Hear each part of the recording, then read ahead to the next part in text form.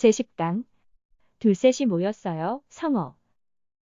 여러분 반갑습니다. 여러분과 함께 공부할 한문 선생님이에요. 오늘은 다양한 성어 중에서 두 글자, 세 글자로 이루어진 성어에 대해 배워봅시다. 즐겁게 한문에 대해 알아보도록 할게요. 오늘 배울 내용은 첫 번째, 성어의 개념. 두 번째, 두, 세 글자로 이루어진 성어. 세 번째, 스스로 해보기. 네 번째, 확인학습입니다. 첫 번째, 성어의 개념. 단원의 주요 내용은 성어의 개념을 바르게 이해하기입니다. 성어란 이루다 성, 말씀, 어를 써서 만들어진 말입니다. 예로부터 관용적으로 널리 쓰여 특별한 뜻을 나타내는 수거입니다. 성어에는 별도의 이야기를 가진 고사성어가 있습니다. 다음으로 고사성어에 대해 자세히 살펴볼까요? 고사성어란 옛고 일사 이루다 성, 말씀, 어를 써서 옛날부터 전해 내려오는 이야기를 바탕으로 이루어진 말, 관용어구를 말합니다. 두 번째, 두, 세 글자로 이루어진 성어. 단원의 주요 내용으로는 백미, 지음, 등용문, 배수진에 대해 알아보겠습니다. 두 글자로 이루어진 성어 중 첫 번째로는 백미입니다. 유래를 먼저 살펴볼까요? 중국 삼국시대 촉한의 장수 마량은 형제가 5이었습니다. 형제가 모두 재주가 뛰어났으나 그 중에서도 마량이 가장 뛰어났으므로 그 호장 사람들은 말하기를 형제가 모두 뛰어나지만 그 중에서도 흰 눈썹이 가장 훌륭하다. 라고 하였습니다. 즉, 마량은 어려서부터 눈썹에 흰털이 섞여 있었기 때문에 이렇게 불렸던 것입니다. 삼국지 촉지 마량전에 그 유래가 전합니다. 고사성어는 것 뜻과 속뜻 그리고 관련된 유래를 함께 알아야 그 정확한 의미를 파악할 수 있는데요. 겉뜻은 한자의 뜻을 그대로 풀이한 것, 속뜻은 그에 담긴 의미입니다. 백미란 앞의 이야기에서 유래하여 여러 가운데 가장 뛰어난 사람이나 훌륭한 물건을 말합니다. 두 번째, 성어 지음입니다. 먼저 유래를 알아볼까요? 중국 춘추시대 검은고의 명수 베가와 종자기는 친한 친구 사이였습니다. 베가가 검은고를 들고 높은 산에 오르고 싶은 마음으로 이것을 타면 종자기는 옆에서 참으로 근사하구나. 하늘에 찌를 듯한 산이 눈앞에 나타나 있구나. 라고 말하였습니다.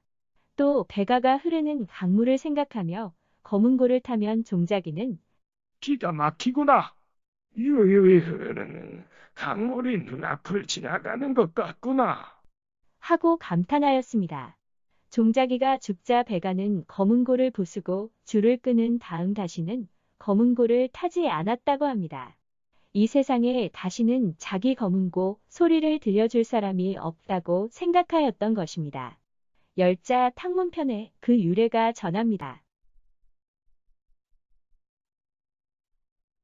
지음이란 알다지 소리, 겉뜻은 소리를 알다입니다. 속뜻은 앞서 이야기 속의 베가와 종자기처럼 마음이 서로 통하는 친한 벗을 비유적으로 이르는 말입니다. 다음으로는 세 글자로 이루어진 성어, 등용문의 유래에 대해 알아보겠습니다. 황허강 상류의 하진을 일명 용문이라고 하는데 흐름이 매우 빠른 폭포가 있어 물고기들이 오를 수가 없었습니다. 강과 바다에 큰 물고기들이 용문 아래로 수천 마리가 모여들었으나 오르지 못했습니다. 만일 오르면 용이 된다는 전설이 있어 사람들이 용문이라고 부르게 되었습니다. 후한서에 그 유래가 전합니다. 오르다는 용용 문문입니다. 겉뜻은 한자 그대로 용문에 오르다입니다. 속뜻은 어려운 관문을 통과하여 크게 출세하다 또는 그러한 관문을 나타냅니다. 배수진의 유래에 대해 알아보겠습니다. 중국 한나라 때 한신이라는 명장이 있었습니다. 한신은 불리한 싸움에서 승리를 거두기 위해 계획을 세웠습니다. 병사 2,000명은 성 근처에 매복하고 나머지는 성 입구까지 갔다가 도망가는 척한다. 그러면 적군은 도망가는 우리를 쫓아올 것이다. 그때 매복한 우리 병사들이 조나라의 성을 점령하고 깃발을 꽂아라. 드디어 조나라와 한나라의 싸움이 시작되었습니다.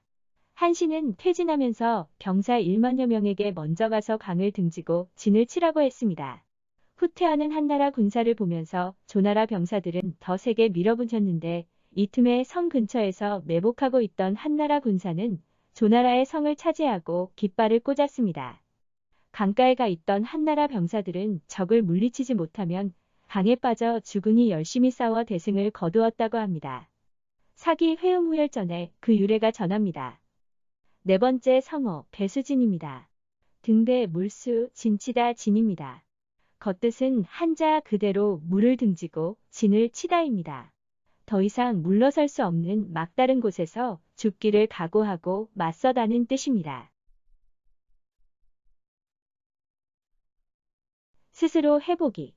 다음 제시된 성어에 대해 스스로 조사해 봅시다.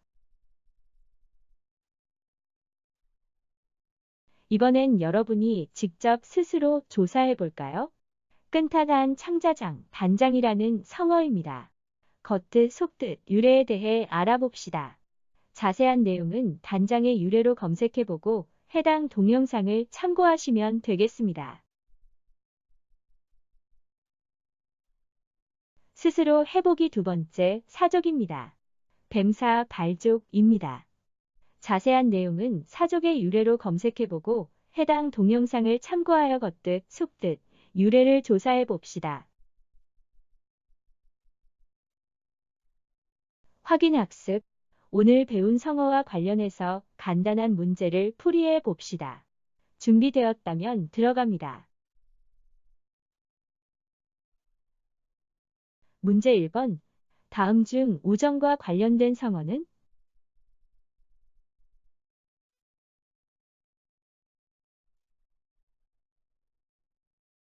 정답은 3번. 지음입니다. 지음은 백아와 종자기의 이야기에서 유래하여 마음이 서로 통하는 친한 것을 비유적으로 이르는 말입니다. 문제 2번. 아래 대화 중 백미의 뜻과 관련된 것은? 말을 조심해야 해. 우리들 중에 가장 뛰어나군. 주변을 잘 살펴야 해. 혼자서는 완벽할 수 없어. 나를 먼저 돌아봐야 해.